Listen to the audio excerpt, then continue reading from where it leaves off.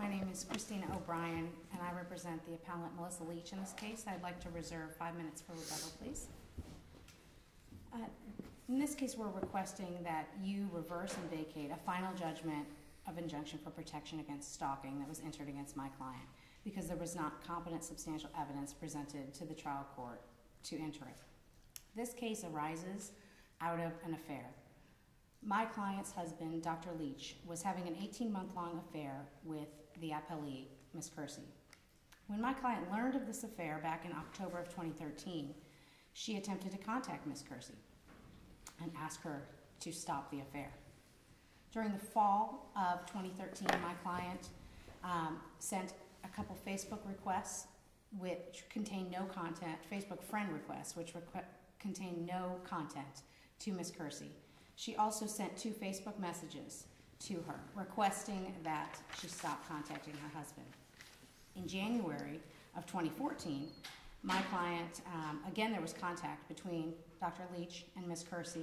Ms. Kiry contacted Dr. Leech, and on the same day my client left 2 voicemails for Ms. Kiry, again asking her to stop contacting her husband.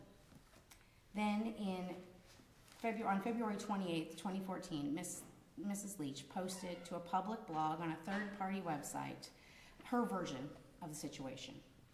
After that, Ms. Kiry filed for the injunction, and the trial court granted her injunction based on the findings that there was cyberstalking on the public blog post.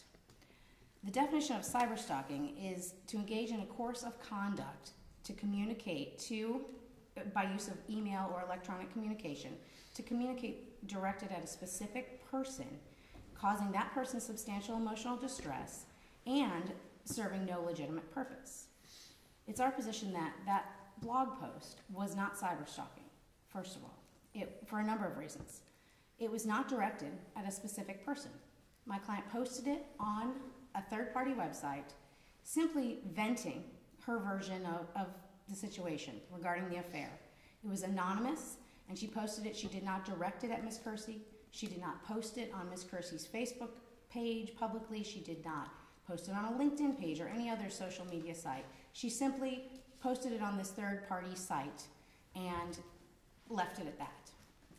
It was not directed at Ms. Kiry. So for that reason, first, we would argue that it is not cyberstalking because cyberstalking must be directed at a specific person. In fact, in the post, it is directed to the world. It is addressed to the world. My client puts that in the title. So if she were to take out an article in the newspaper, publishing to the world whatever she wants to and calls the other side, whatever names she wants to, that could never constitute stalking? I don't believe that it could.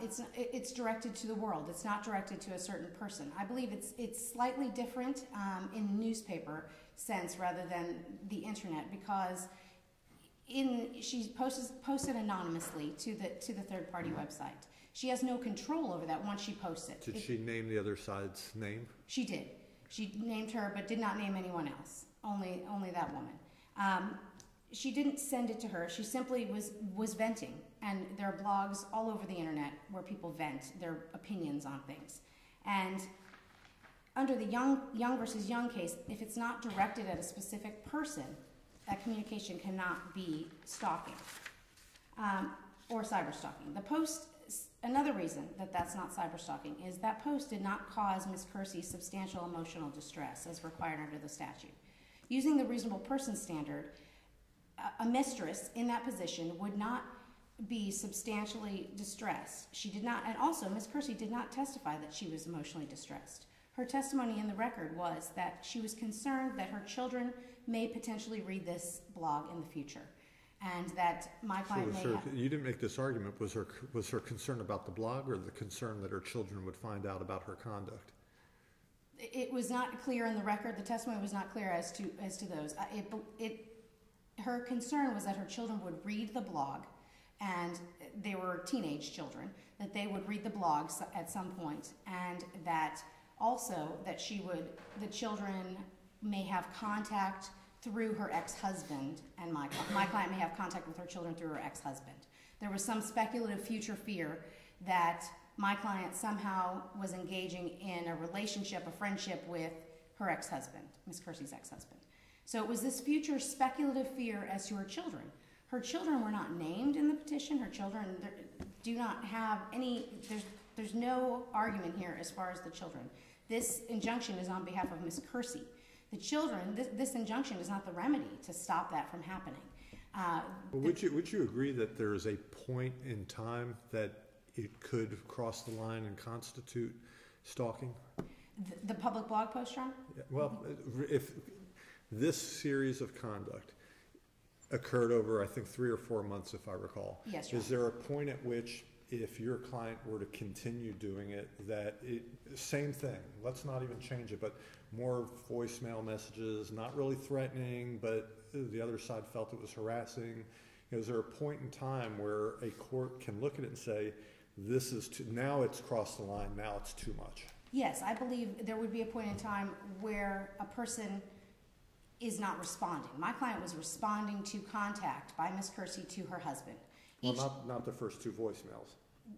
In the first 2 voicemails, that was when she first learned of the affair, and I believe her legitimate purpose, my client's testimony was her legitimate purpose was to tell Ms. Kersey she was aware of the affair and please end the affair. Not in such nice words.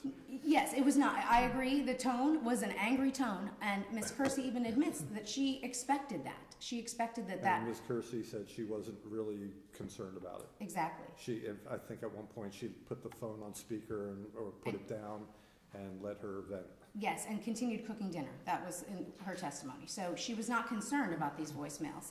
I think she also testified that she really wasn't too concerned about any of the events leading up to until this blog post is the one thing that she took exception to. Yes, exactly. Her test, and even if this court finds that posting on the public blog was cyberstalking, the other one event is not enough to be cyberstalking. It has to be a course of conduct, over a period of time where someone is repeatedly doing that. It's our position that that goes back though to my question, where can Ms. Kersey at some point say this is not stopping, and continues, and her language is getting more aggressive. I am concerned that at some point in time a court has to be able to say, okay, you had your chance to vent, you vented, and now you're continuing it, and that's too much. Yes, I believe that it's fact specific to each case, of course, but in this case there was no, Ms. Kersey was not concerned with the prior conduct up until this blog post. And even still, she was not necessarily, her testimony wasn't that she was substantially emotionally distressed. She was not crying, she was not upset. Some of the other cases that have been cited by the appellee about emotional distress involve their testimony of being in tears and upset and crying. Ms. Kersey never testified to it. There's no evidence in the record that she was upset by this. The trial court seems to disregard or give little weight to all of the incidents, all the contacts until the blog.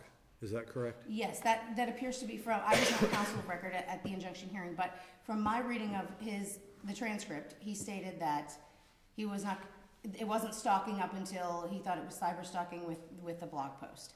And even if that blog post is considered to be cyberstalking, that is one event. It did not continue. It did not, there was nothing further beyond that. Ms. Kersey did file the injunction at that point, but there was no other communication. And I believe that there needs to be a series of events that is what stalking and harassment is. The definition of stalking involves following, which we don't have, harassment, which involves contacts that don't have a legitimate purpose and cause substantial emotional distress to the person. Your client also contacted Ms. Kersey's boss, I guess, by email, but the emails were not introduced into evidence. They weren't really described, and it doesn't seem like it doesn't seem like anybody focused on that. No, Your Honor, I don't know if my client she did not admit to sending any emails. I think that was Ms. Kersey's testimony, was that took place. Dr. Leech was a doctor in the operating room, and I believe, and essentially Ms. Kersey's boss in that situation. So there was testimony about a meeting between Dr. Leech and the director of nursing and Ms. Kersey. Well, there was some impact on Ms. Kersey's employment situation, but it doesn't seem, there wasn't testimony suggesting that that flowed from the contact by your client, that flowed from the relationship. Correct. It flowed from the affair between Dr. Leech and Ms. Kersey. She was put on a different day, had a different schedule, so that they weren't in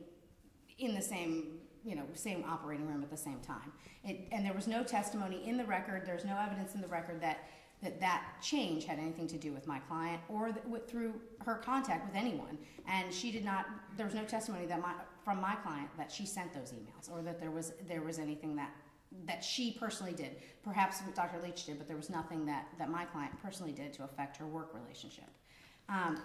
And so the contacts, the multiple contacts, the attempted contacts with the friend requests on Facebook were serving a legitimate purpose and did not cause any kind of emotional distress by Ms. Kersey. So those are our two arguments, that those two situations are completely different. The blog post can be taken away by itself because it didn't really serve a legitimate purpose other than my client getting allowed to vent her version of the situation. How did the blog post come to Ms. Kersey's attention? There's no evidence in the record how that came to her attention. There's no evidence that she was notified by my client or anyone else. So we don't know. And it was not my client. We can say specifically my client did not notify her of the blog post. It was not directed to her. She didn't link her, email her a link to it or anything of that nature. There's no evidence of that. So that's the argument that it was not directed at her. It was just directed at the world to let them know of the situation.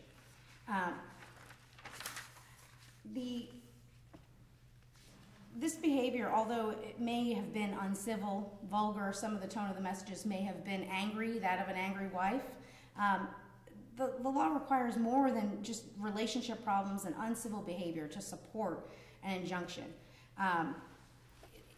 There has to be a finding that there was stalking under the statute to grant this, and there wasn't competent substantial evidence that this is in fact stalking.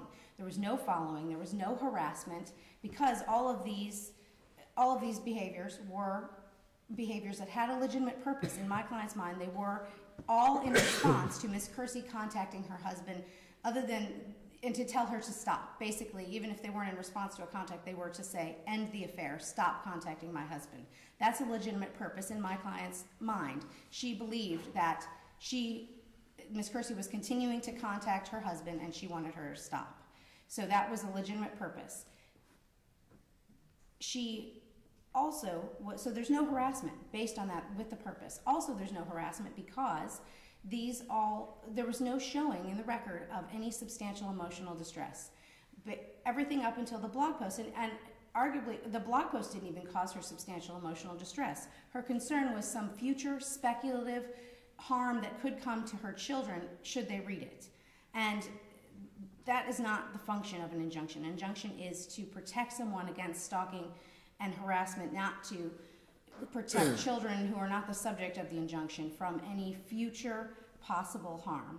So at this point, then you're left with cyberstalking, and it's our position that the blog was not cyberstalking because of the reasons I've already stated.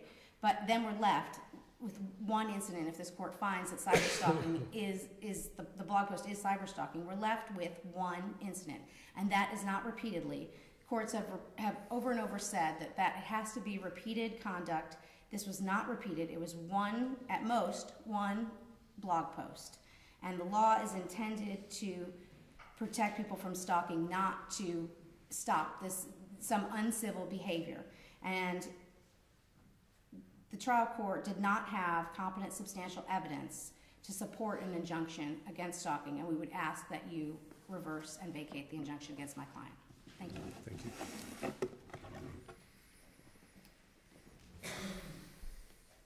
May it please the court. Patricia Black on behalf of Tara Kersey, the appellee in this case.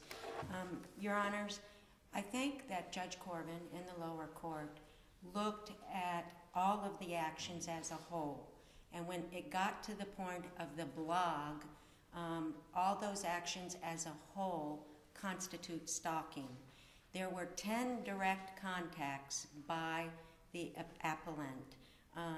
One phone call, or maybe 2 phone calls, directing Ms. Kersey to not have contact with her husband would be enough.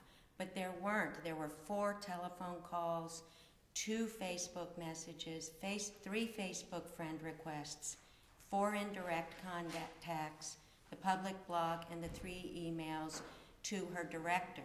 Now, those emails... We don't know anything about those emails, though, do we? I know that from the transcript, the emails caused her not only to be put on a different shift, Your Honor, but to go to another hospital, which was a much further distance, and changed her hours. Was there testimony to all this? Yes, sir, there was. In the transcript, she said that she had to change hospitals. Was it because of the relationship with the doctor or as a result of contacts by Ms. Leech? The transcript is not clear on that. But your client was very clear, though, that she didn't really feel harassed until the point of the blog. She did say that yes, sir, she did. And the judge focused only on the blog in terms of entering the injunction. He seemed to say, up until that point, these are my words, or paraphrasing, no big deal, but then we get to the blog, and all of a sudden the judge says, well, that's crossed the line. It's getting out of control. It got out of control. This was posted to the whole wide world. There's extreme foul language about this woman. The other thing that she was very concerned about, and it is in the transcript, sir, was that Mrs. Leech somehow befriended the live-in girlfriend of her ex-husband. They're involved in a parenting relationship, although they're divorced, of exchanging the children. Her fear was that Mrs. Leech would bring up something in front of the children during their time sharing. So it wasn't just the blog, it was that befriending. But Ms. Kersey also acknowledged that she doesn't know if Ms. Leech even knows who her children are. That's correct, but that was, I believe, prior to the befriending of the girlfriend. Her testimony is that she's concerned the appellant will hurt her through her children. She doesn't know if the appellant knows her children, but she's in fear that the appellant may say something pretty negative in front of her children. Correct, because she was befriending the girlfriend. Is it something negative she would say, or is it the conduct that she's concerned her children are going to learn? It could be both. It didn't state that in the transcript, but she was afraid that Mrs. Leech would speak very negatively about her children in front of the children, causing them to have to protect their mother. She was very, very concerned about that. Because, like I said, they're doing a 50-50 schedule. Is there anything in the record indicating an effort to communicate with the children? By Mrs. Leech? Yes. Not in this record. It did happen later, but not at this time. I understand. And so the injunction was not based on any effort to contact the children? No, sir. No, sir. And there's no, I think I understood from an earlier answer, there was no indication that the children brought the blog to your client's attention. We don't know who brought it to her attention. It's not in the transcript. I know who did, but it's not in the transcript of who brought it to her attention. If it's not in the transcript, we don't know it. Right. But she went far beyond just contacting her, and the things she posted on the blog caused her issues because, like opposing counsel said, it's published out to the whole wide world. When you look at the blog, 109 people had read it in a very short period of time. A fair number of whom were critical of Ms. Leech. Correct. I mean, there was criticism going both ways in the There was more criticism towards Ms. Kersey than Ms. Leech.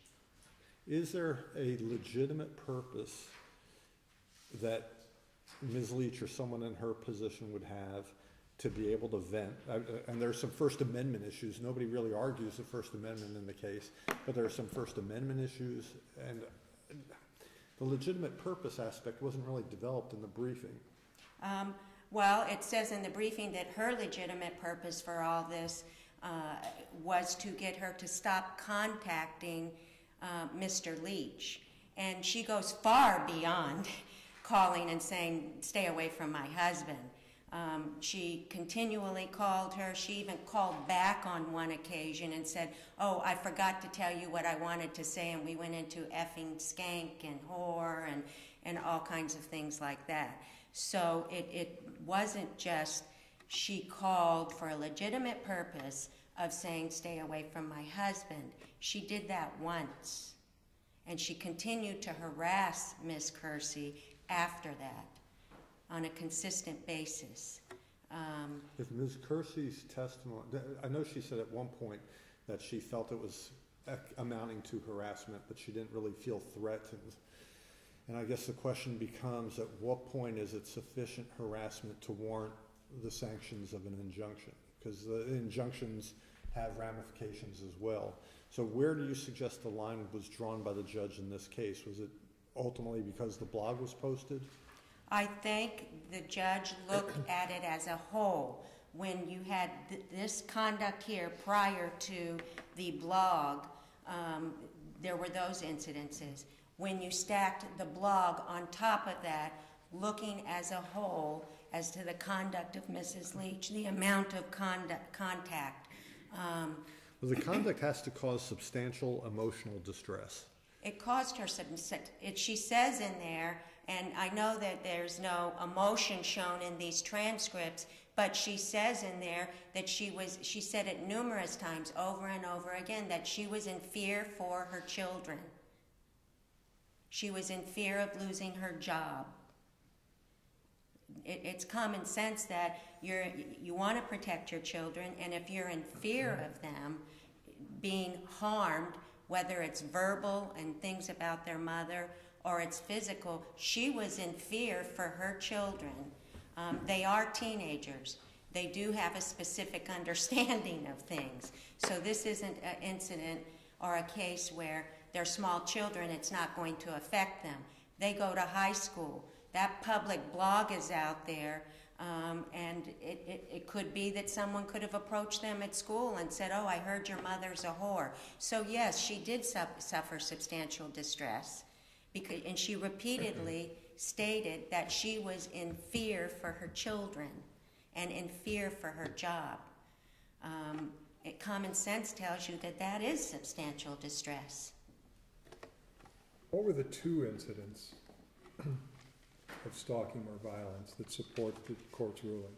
What are the two that you would direct me to? Well, I like I said, you look at it as a whole. The constitute stalking is the constant Facebook messages, Facebook friend requests, and telephone calls. But she testified that none of those caused her any substantial emotional distress. Well, I think, like I said before, if you look at it as a whole, there was substantial emotional distress. It built. It didn't. She got the first phone call and she kind of ignored it. The woman called her back, and she did call Mr. Leech on one occasion and said, could you please ask your wife to stop calling me? But I would say that the distress grew slowly, but it was still there. That doesn't mean it was not there. That's what you would say, but that's not really what she said. She said that she was in fear for her children and she was in fear for her job. So I think the 3 emails that were sent to the director did cause her distress. It changed her job. It changed her hours. We don't know if that changed it or because she was having an affair with the doctor and they had now broken up. That it seems to me the hospital may not want them to be working together, or the doctor may not want them to be working together, or she may not want them to be working together. We don't know why the job situation changed, do we? Well, there was a meeting, and directly after the meeting, her job situation changed.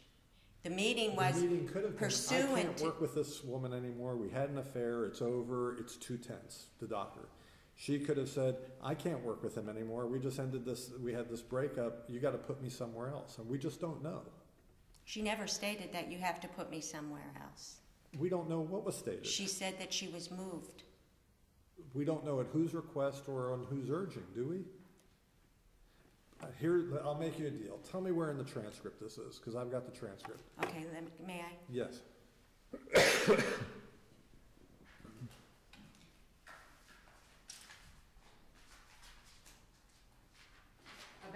job?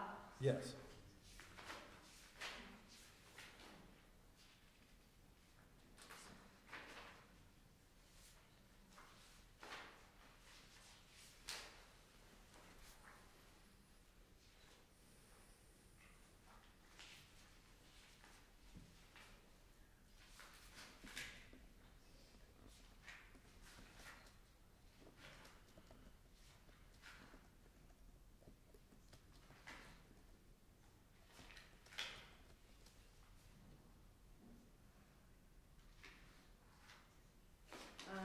Well, it starts on page 13 of the transcript. Okay. On line 14, she got 3 that I'm aware of. So Your you boss said- got an email. Yes. She got 3 that I'm aware of. And how are you aware of them? Because Okay. she called me in the office to tell me about it, and she showed me one. As far as contacting me, there was somewhere else in here.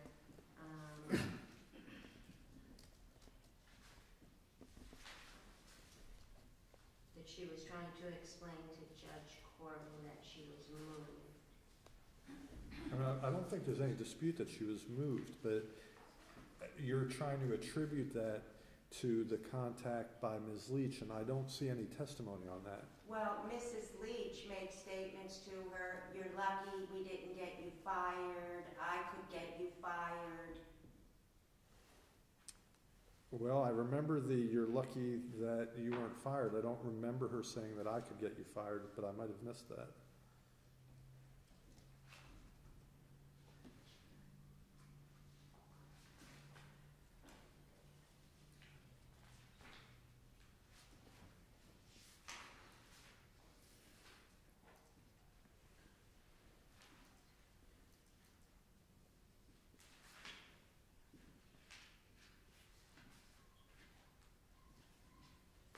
I don't want you to use all your time looking through the Okay. records.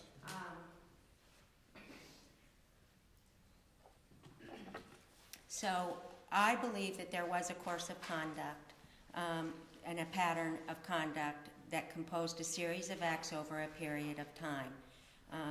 I've explained them all to your honors. There were 10 direct contacts, 4 indirect contacts.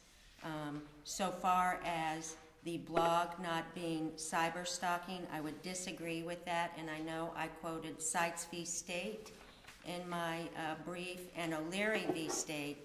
And O'Leary v. State is the case in which they discuss internet technologies generally do not involve communication sent directly to another. Rather, their communications are posted for the whole wide world to see. It could be in a closed network. In the Appellant's brief, they talked about it didn't go to anyone else, and I believe she talked about that today. That's irrelevant so far as O'Leary goes. Let me just ask you, because I think I found it. You better be glad you just got your OR location switched and that we didn't have your ass fired. Now go rot in hell. Yes. Okay. Is there anything that you recall in the record dealing with the change in job besides that? There was something towards the end where she was attempting to explain, I believe, attempting to explain to Judge Corbin that she got moved. I think she was cut off a little bit during that statement, though. But I believe there's a course of conduct.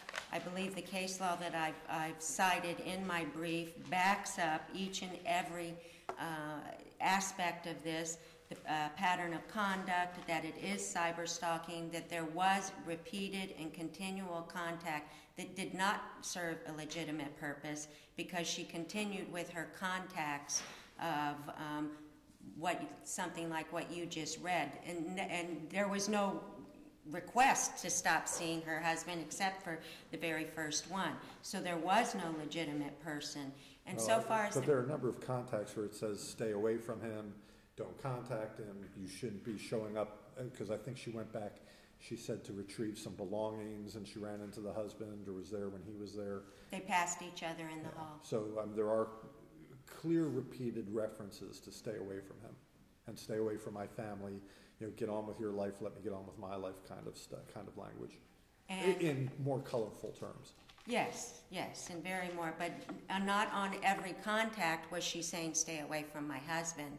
And there was a passing in the hall when she went to get personal items. We're waiting at a desk for her. There was a passing in the hall, and when the beginning of the phone call started, she simply called him and said, "Would you please ask your wife to stop calling me?" So there was a passing in a hall, although it may be a contact, there was no communication. And there, at the very beginning of this, she requested that the wife discontinue the phone calls.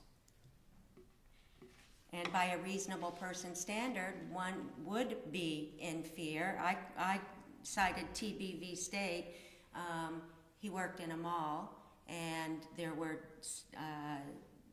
twice references to him as being gay, but in more colorful language. It happened 2 or 3 times, and that constituted stalking. So I think that we have proved stalking. I think Judge Corbin was correct in issuing the injunction.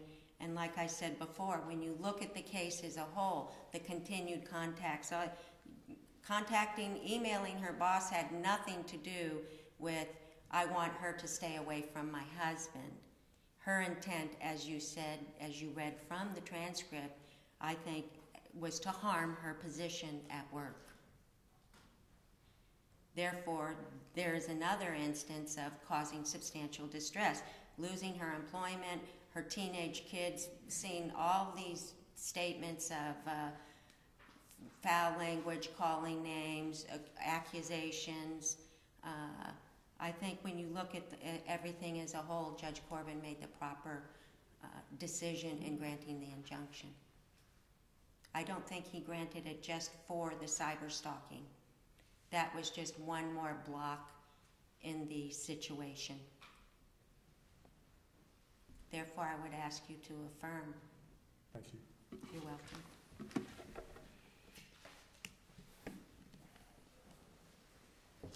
May it please the court.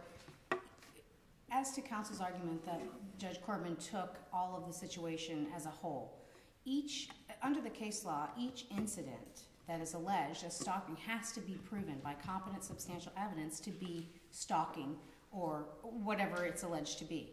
In this case, it's our position that each of the prior contacts before the blog post was not proven by competent substantial evidence because to be stalking or harassment, because Ms. Kersey testified she was not upset by these calls. She was not upset by the Facebook friend request. She was not upset, and there's no testimony that she was upset. She set the phone down and continued to cook dinner. She may have had these speculative fears, fears that it's our position that her fears were based on her own behavior, her children finding out her own behavior, and her boss finding out her own behavior. Her fear of a loss of job and her children, having to defend her was having to defend Ms. Kersey's behavior, and it's a speculative fear anyway.